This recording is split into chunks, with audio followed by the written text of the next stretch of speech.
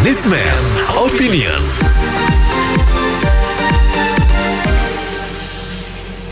Mitra bisnis, dalam Undang-Undang Perpajakan yang baru, pemerintah dan DPR menurunkan sanksi denda bagi pengemplang pajak dari sebelumnya 50% menjadi hanya 30%. Begitu juga jika kasus pengemplang pajak ini sudah masuk pengadilan, sanksinya diturunkan dari 100% menjadi 60%. Pemerintah dan DPR juga menghapuskan sanksi pidana untuk pengemplang pajak meski kasusnya sudah masuk pengadilan. Nah, gimana komentar Anda mengenai perubahan ketentuan sanksi ini? Baik, komentar Anda silakan 6339160, sekali lagi 6339160. Pang pajak mau diatur mau apa itu DPR sama pemerintah punya aturannya. Jadi intinya ya sekarang oknum aparatnya bagaimana, yang memungut pajaknya bagaimana. Pengemplang itu yang bahaya, itu pengemplang yang kayak gitu dengan uniform, dengan budaya saya orang ini orang lain ini ya, justru itu yang berbahaya. Jangan pengemplang pajak yang dari wajib pajak dikejar. Sekarang oknumnya ini kan sudah banyak, kita lihat itu nggak selesai juga, sampai kapan itu masih ada juga. Jadi intinya dua sisi lah, kalau bisa aparatnya ini lebih keras lagi hukumannya buat mereka, karena mereka udah digaji rakyat juga, atau mereka salah gunakan wewenangnya. Menurut saya begini, ini kan ada peraturan baru tentang tax amnesty atau pengampunan pajak. Kenapa baru saat ini dimunculkannya atau disahkannya, bukannya dari tahun-tahun lalu? Apa karena ada kemungkinan dua orang pejabat negara kita itu ya yang terlibat Pandora Papers yang dulu kalau tidak salah tidak membayar pajak, tapi punya perusahaan di luar negeri, misalnya di negara Panama. Itu kalau tidak salah sejak tahun 2010, dan itu pengusahanya pejabat tinggi, jadi menteri-menteri juga dua orang itu. Atau kemungkinannya Pak Luhut dan Pak Airlangga Hartarto. Kenapa baru sekarang dilakukannya setelah ada kasus itu? Kemungkinan seperti itu. Terima kasih. Iya, begini kan ada untuk menurunkan daripada pajaknya itu tax amnesty ya. Nah, terus kan ini akan diberlakukan.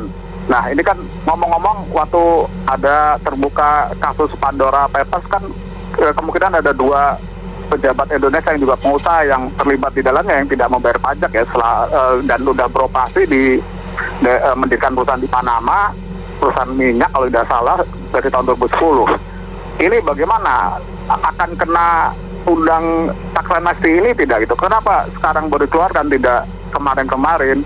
Dan ini kalau diberlakukan, apa ada perbedaan antara rakyat biasa dengan pejabat tinggi termasuk yang kena Pandora Papers ini? Saya pikir seperti itu. Perlakuannya sama apa tidak? Dan pajak ini sudah dikumpulkan, apa memang benar bisa merata digunakan untuk rakyat? Apa tidak justru malah dikorupsi nantinya? Saya pikir kemungkinan seperti itu. Terima kasih. Assalamualaikum warahmatullahi wabarakatuh. Memang di masa lalu tuh banyak sekali kejadian di bidang pajak tuh di Indonesia yang kurang bagus ya.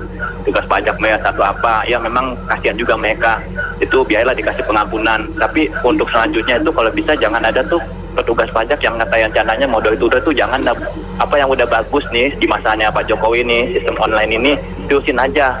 Karena menurut saya dengan ada sistem online ini udah menutup kemungkinan tuh ada permainan di bidang pajak, dan udah kemungkinan kecil ada pembebasan oleh petugas pajak. Jadi kalau menurut saya apa yang udah bagus nih sistem online pajak itu diterusin aja, jangan ada sistem door-to-door lagi ke rumah. Kalau bisa semua peraturan juga kalau bisa online supaya mencegah pungli atau pemesan. Udah itu aja, makasih. Saya nggak mau panjang lebar aja ya, anggota DPR dengan pemerintah mereka yang bermain semuanya ya. Intinya pengemplang pajak ya, kalau oknum pengemplang pajaknya, petugas pajaknya bagaimana sanksinya itu ya kan, karena dia memungut, dia yang bermain semuanya. Intinya pengemplang pajak dan oknumnya itu bagaimana, justru lahannya di sana mereka berdua, gitu saja.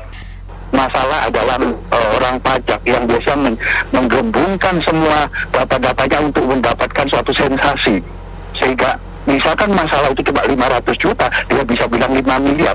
Ini terjadi di seluruh Indonesia, termasuk dalam korupsi. Sehingga waktu di pengadilan diputuskan, loh orang korupsi kok gitu gede kok hukumannya kecil. Itu masalah di markup yang besar di datanya. Sehingga inilah yang perlu diluruskan di bagian petugas pajak untuk memeriksa dengan fair dan benar. Itu aja dari saya. Sekian, terima kasih. Gini, pendapat saya sih nggak ada salahnya lah. Itu kan ibaratnya saling maaf-maafkan ya kan. Mulai hidup lembaran baru ke depannya.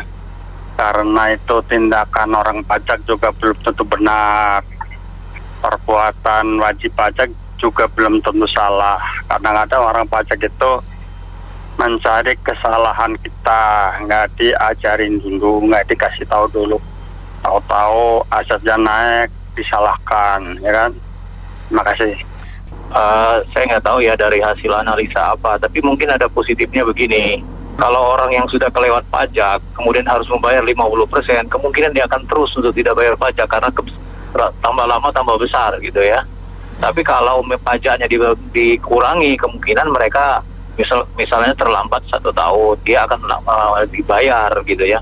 Mungkin positifnya di sana. Terlalu tinggi itu malah orang juga makin lama makin nekat aja nggak bayar sampai bertahun-tahun. Contohnya banyak mobil aja. Makasih.